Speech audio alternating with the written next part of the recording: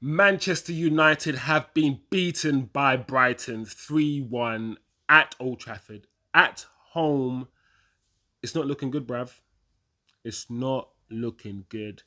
Today, we're going to have to talk about Ten Hag. It's come to the point where we're going to have a talk about this manager because when two, three, four of your players are playing badly, we can talk about the individual players all we like. But when the whole team is playing badly, when the manager's been at the club for over a year now and you're still looking, you're still searching to find that pattern of play, that cohesiveness, you're still really looking to see good football. One of the things that we thought we would get with this manager is an identity, is a way of playing, a style of football that we all can be proud of, that we all can be happy with, that is conducive, cohesive, progressive, none of which we are getting so far from this manager. We're going to have to talk about Ten Hag today. Yes, the players didn't play badly, but like I said, when the whole team's play badly, we're going to have to talk about the manager. 3-1 is just inexcusable. It's just inexcusable. There's a lot I want to get off my chest today, guys. A lot I want to talk about. I want to talk about Rashford's performance today, Bruno, because essentially these are two of the players that he is building this type of football, this what he calls transition football. He's building this football around these players, and we're going to have to talk about it. His team selection, we're going to have to talk about the formation. We're going to have to talk about the style of football, the type of football that he's implementing right now at Manchester United. Do you agree with it? Can you see it? Can you see what he's trying to do? All of these things, we're going to talk about his signings. Mason Mount signing, the Antony signing, what is happening with Sancho, what is going on at this football club. A lot of people still want to blame the owners. And yes, we do have bad owners, guys. We do have bad owners. But are you trying to tell me that Brighton have better footballers than Manchester United? We know they don't. So why can Brighton play better football? Why do Manchester United Football Club play the worst football? Arguably, let's say arguably then, the worst football out of any team in the Premier League. Why? Why? When we have good players, there's no reason for it. We're going to have a conversation about the manager.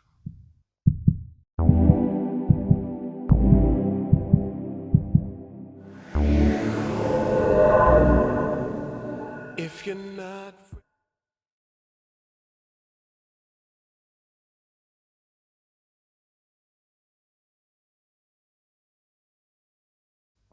Before we get into it, guys, before we get into the game, as usual, smash the like, turn on the notifications, and if you haven't yet, subscribe below. Brand new channel where literally I just use you guys as my therapy. We just have a conversation about the game afterwards.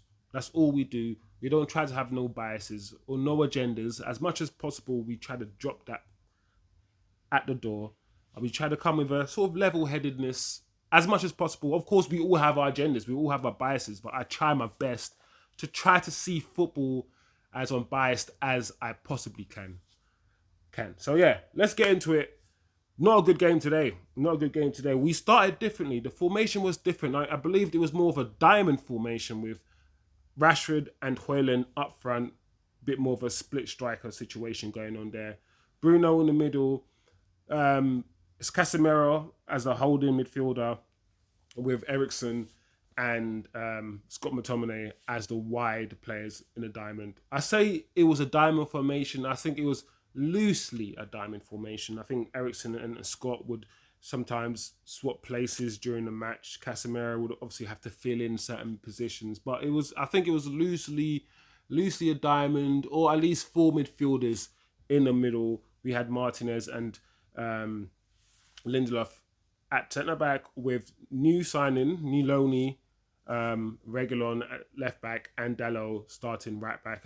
I'm glad Dalot started right back because I want to see a type of football that involves Diego Dalot, because out of the two right backs we have, Dalot is the better footballing right back. And if you want to play better football, I think we just need to play with a better footballing right back. Simple as that. Even though Aaron Wan-Bissaka, as I think we all can agree, is better defensively than Dalot. But, that was a new formation. one thing about the manager, he's not afraid to change it up. He's not afraid to switch it up. I think my issue with the manager is that if we haven't even developed a consistent way of playing, I don't see how these players are good enough or understand the football you want to play enough to then switch it up week by week. What do you know what I'm trying to say? So while I applaud the manager for switching up, and I think he needed to switch up because something had to change from the previous results. At the same time, when I saw the formation, I was thinking, okay, all right, cool. Let's just see. When the game started, now let's talk about the game. When the game started, the first 10 minutes were actually quite decent. United had the ball well. We moved it well. Whenever we tried to penetrate and we didn't penetrate, we'd go backwards and our back line would have to move back towards the goalkeeper. Then we start again, and then our back line moved back up to the halfway line and we pushed them up. So for the first 10 minutes, we did that. Rashford had a few opportunities a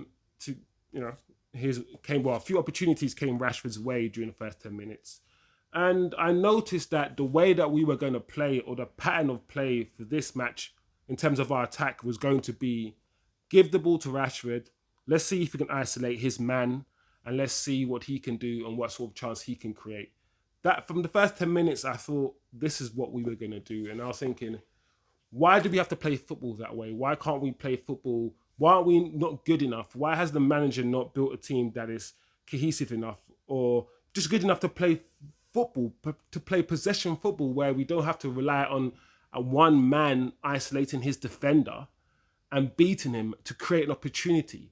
Why can't we rotate the ball well enough for that not to be our only outlet? And yeah, that's what I was thinking. I was thinking, why are we still in this position?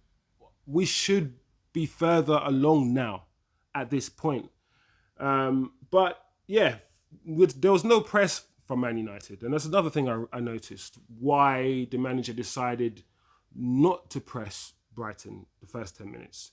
And that decision not to press Brighton in the first 10 minutes actually continued really throughout the match. United didn't really press Brighton.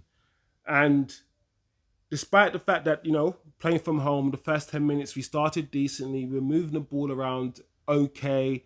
Eriksen had a few nice touches of the ball. Even Scott was moving around. Brighton didn't really feel threatened. And it was Brighton's first meaningful attack, I think around the 19th minute, where Welbeck scored. And I just couldn't believe what I was thinking. It was like the way he scored, the space he had in the box, it was so bad. The defending was so bad, and it's not like United. Last season, the one thing that we had last season was our defensive record, especially at home. Maybe not away from home, but at home, United were very good defensively. And now even Martinez is looking bad. Varane is not looking that good.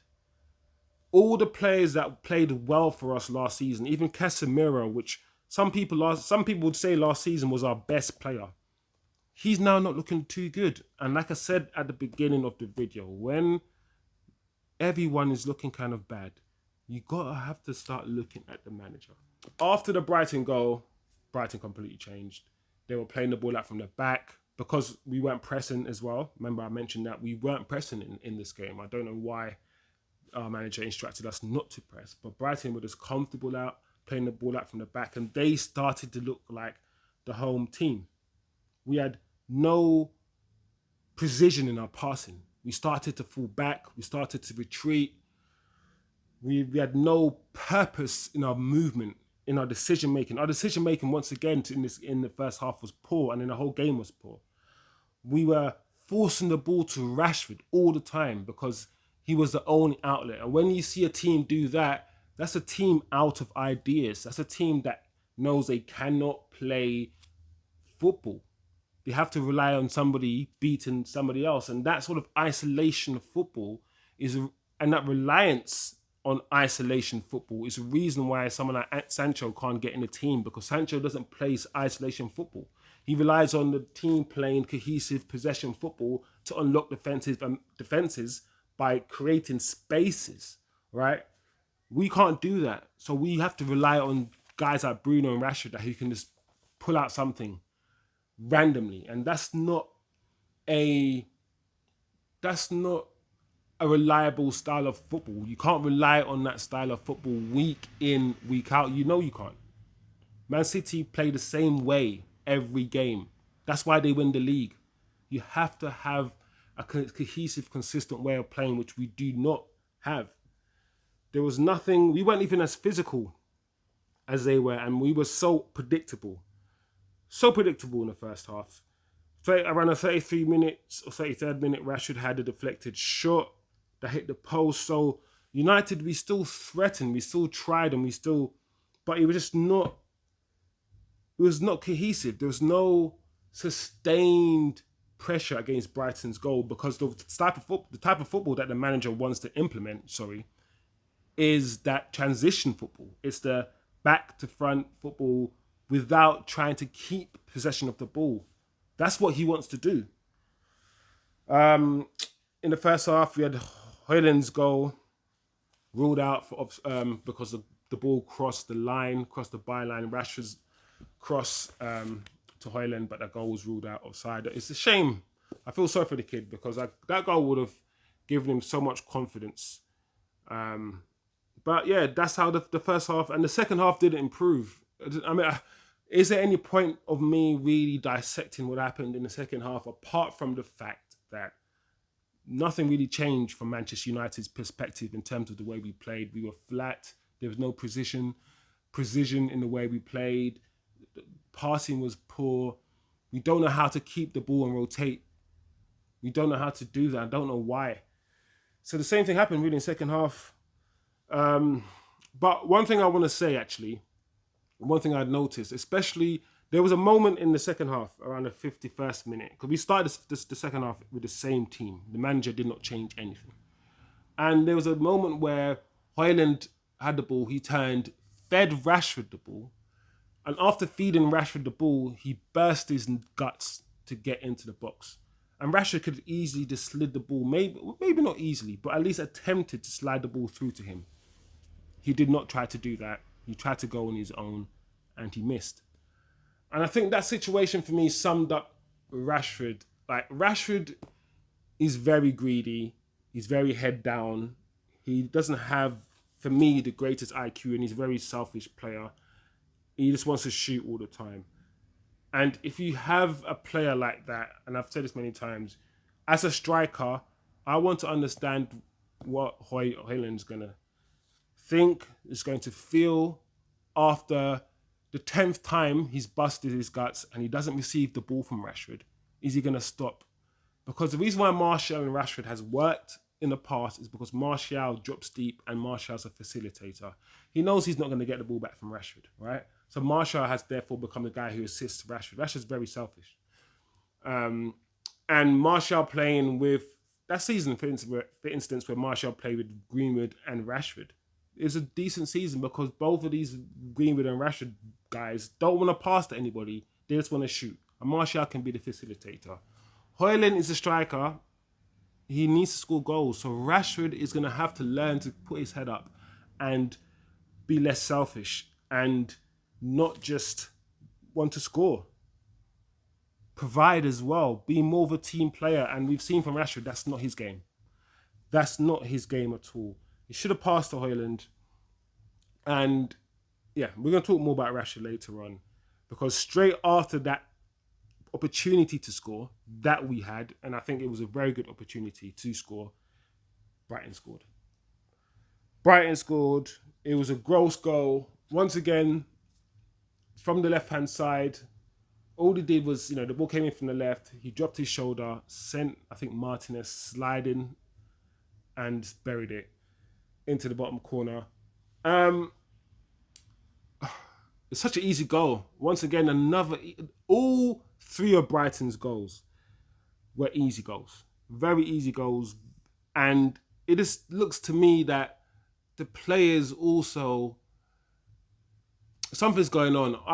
this doesn't feel right. And you know that feeling that you got before, like let's say 2 months before Ole Gunnar Solskjaer got fired, or 3 months before, you know, so Jose got fired. That feeling that you started to get in the changing rooms and with the players. I'm starting to feel that. I'm starting to feel that. Is this something? Is this the beginning of the end for something, for somebody? And I'm not Ten Hag out, but like I said, Martinez is Ten Hag's guy, and today he didn't have a good game, and I don't know. The goals, like I said, were so easy. We have to look at the manager when everybody is having a bad game. Martial and Hannibal came on for Hoijlund and Casemiro, and let's talk about the fact that when they were booing the fact that Hoijlund came off, and Martial was coming on for him because they wanted him to stay on, but they're also booing the substitution. They were booing the decision. And that's what I'm trying to say. The atmosphere and the mood is starting to change. The thing is, not everybody was behind this manager in the first place. And the people that were never behind him are now starting to be vocal. And even the people that were behind him are starting to see that, hold on a second. This guy might have sold us something. Unless he turns this around very quickly and drops a bit of the ego that I think he has. I think he's a very stubborn manager. I think this might get even more sour. The way he's handled the Sancho, well, we're going to talk about it later as well, but the way he's handled the Sancho situation, in my opinion, was wrong. And that's, the thing is, that Sancho thing is basically almost put him off the hook a tiny bit in the fact that we're talking more about Sancho than the actual fact that we lost the game. But either way, I mean, they scored the third goal. Like I said, let's talk about the third goal. João Pedro, once again, the ball came in, pull back from the left-hand side. I think he dropped the shoulder again. And I think this time, I believe Onana got a hand on it, or at least two hands on it. And I don't want people to start now having a go at Onana. Onana is a good goalkeeper. He is. And I did think he got a hand on it. But let's not get distracted and because let's say for instance that last goal was his fault, right? The first two goals weren't his fault. So we still would have lost the game anyway. So let's not put 90% weighting on this result, on the fact that he let in the third goal. If you think that, I personally think it was still a good shot. Would De Gea have saved it? Could De Gea have saved it? Is that how we're going to think? Are we going to always say this? Are we always going to compare him to De Gea when he makes it a miss? Sorry, when he doesn't save a goal? I think that's a bit unfair, and I think that's a silly way to look at football. But I've seen De Gea make crazy saves, and we've all seen De Gea make crazy mistakes. So let's not do that. I think he probably could have done better on the third goal. Yes, I think he could have. But he's been probably one of the only players this season that can say, yeah, I've done my job. I've done my job, But yeah, Hannibal scored a goal at the end. Good for the kid. I mean, I don't know how I feel always when you throw in a kid or something when you're 3-0 up. Because sometimes I think, don't let the kid be part of this defeat. Don't let this defeat be on be on him. Leave him for when we're 3-0 up and bring him on then. But sometimes I understand, if you're part of the team, you're part of the squad, so you have to help us when you're called for. So I get that as well. So come see, come sir. But his goal was good. I liked his goal. I hope it gives the kid a bit more confidence. I don't understand or know where he really fits into United. I know he's very tenacious, Hannibal. I'm yet to see other qualities, but by that goal, if he can produce more of that, then he'll justify his position in the squad. So good for the kid. Last minute changes. Last 10 minute changes. Palestri, I think, Garnacho, and Wan-Bissaka came on. I don't know why. And Wan-Bissaka was coming on for Martinez, Reguilon, and So now let's talk about the manager, because Now, I'm not saying Ten Hag out, right? I'm just saying, are you happy? Are you content with what you've seen in terms of football wise from this manager? Because, like I said at the beginning, it's not just the fact that we're now losing games. We have to look at the way we've been playing.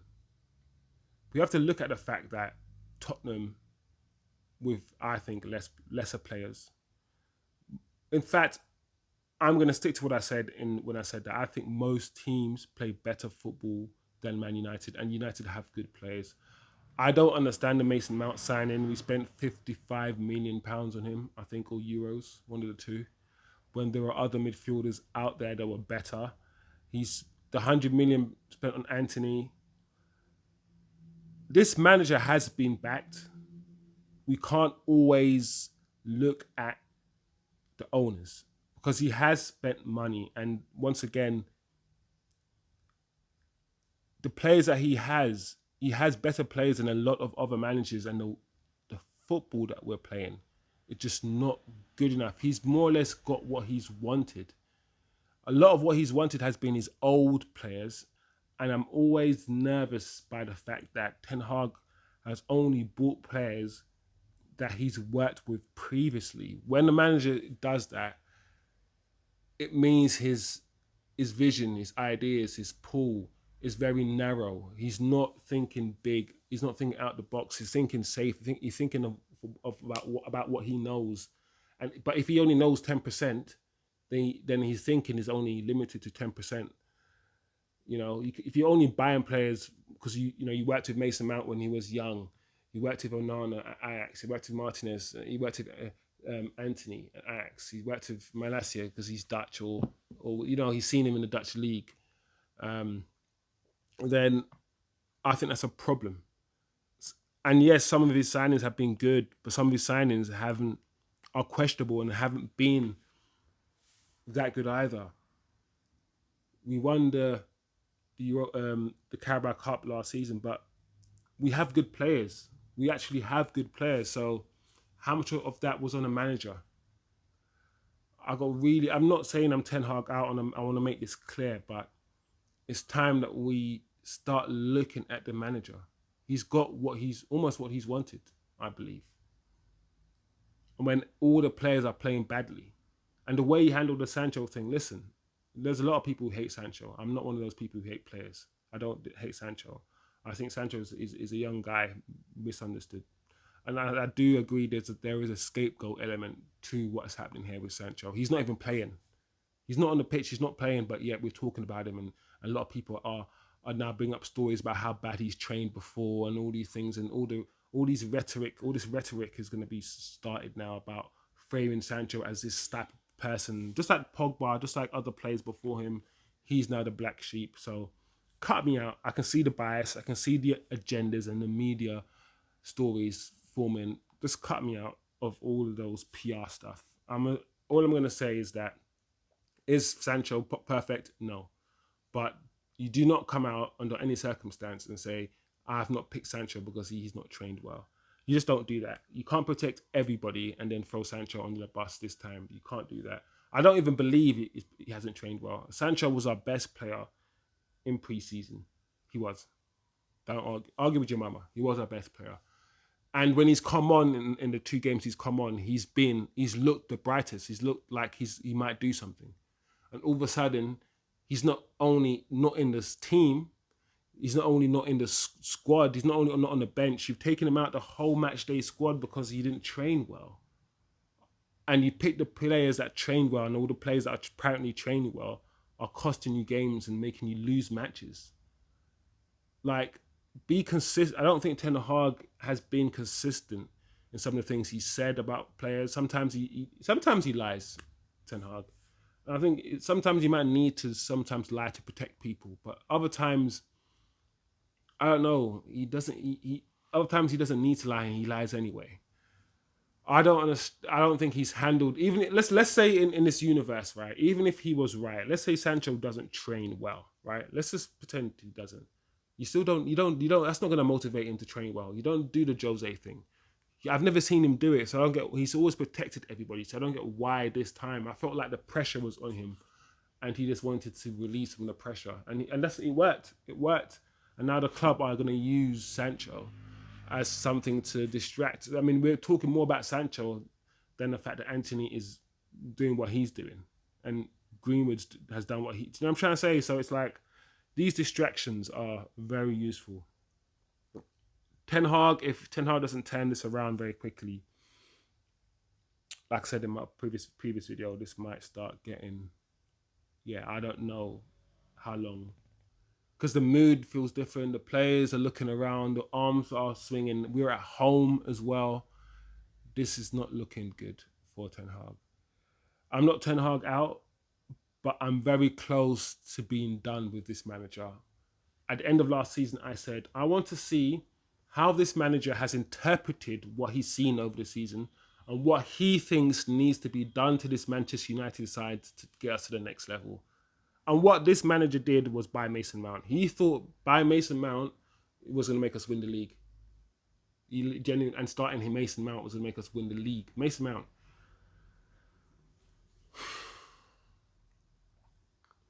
So I wasn't impressed with what he did in the summer. Whether it was constraint, because money constraints from the Glazers, you can argue, yes, of course, an element of that. But that excuse the style of football and the type of football we have been playing under this manager since inception. From what we were promised, what we thought we were going to see, to what we actually see. It doesn't, because we have good enough players to at least entertain the crowd, and he hasn't done that. He hasn't. That's what I'm saying. Can Rashford and Hoijlund play together knowing that Rashford is so selfish? I don't know. 1 point away from home against the top 9 clubs out of, I think, a possible 42 or something. Yeah. Bruno, once again, ghost. He wasn't there today. And against the top 6, against top 7, 8 sides, he's never there. He's never turned up against a top side. And this is the player that people was comparing to flipping Pogba. And they wanted Pogba out and all these things. And this guy never turns up against a top side. At least Pogba did sometimes. At least Pogba single-handedly dragged us and made us come back against Man City. And we beat Man City 3-2. Like, at least we've won finals and Europa League finals and stuff. And Pogba was incremental in some of these moments. And he's probably scored goals to win us matches in some of these big moments. He's done all of these things. Was Pogba inconsistent? Yes, he was inconsistent, but so was everybody, and that's always the point. You want him to be consistent in a very inconsistent team. You want him to score goals like De Bruyne and then defend like Kante. Bro, like he's playing as a DM. He's picking the ball up from the back 4 most of the times when he's playing for Man United. He's not going to score 15 goals as a DM. Do you want Kante and Casemiro and all the other DMs to score 15 goals? No, you don't. What was asked of Pogba and what was required of Pogba from everybody means that no matter what Pogba did, he was always going to be like, oh, he's not good enough. Because he's not, yes, he scored 10 goals, but he didn't track back and make 10 saves. Oh, yes, he made 10 tackles, but he didn't get 10. Like, what was required of Pogba always shoehorned him into a position where people were never going to... Because you can't play both positions. You can't be like, oh... And Gary Neville always used to say, when Pogba plays deep, we don't get the best out of him because we get the passing range, yes, but we don't get the goals, we don't get the runs. And when Pogba plays further forward, it's like he doesn't track back. We don't get the passing range. I'm like, that was Pogba. He couldn't win. We couldn't win. And now we got this Bruno guy who gets good numbers. He's a very good stat padder. But over a 90-minute football matches, he's not, for me, the best footballer over a 90-minute match. He doesn't ever really give you a good 90-minute performance. He might give you 1 or 2 passes that are just like, those are really good passes. He'll get an assist maybe at the end or a goal. I mean, to be honest, he doesn't even score goals that much. After he has been taken off penalties, he doesn't score that many goals. So, yeah, these are the guys that he's once again trying to build a team around, and we've seen what happens. So he'll down that sword, the Antony sword, the Mason Mount sword. I don't know what's going to happen, guys. We'll see, but this is not good. This is not good. Let me know what you guys think. I've done my therapy. I've let you know what I think. You let me know what you think. What did you make of the game? What direction is this guy, Ten Hag, going? Where do you want him to go? What do you see happening? Are you like me? Are you a bit now more pessimistic about the future, especially with this manager? Or are you thinking it's just a little blip? Ten Hag is still finding his feet. Hoijlund will get better. The formation will improve when we get certain players back. How optimistic are you? Are you like me? Or are you, looking forward to something a bit more positive? Let me know, because to me, yeah, I'm a bit pessimistic right now. But yeah, give me your thoughts, guys. And yeah, Bayern Munich. I'm worried. See you guys next time. Enjoy your week. Enjoy your day. Yeah. Peace out. If you're not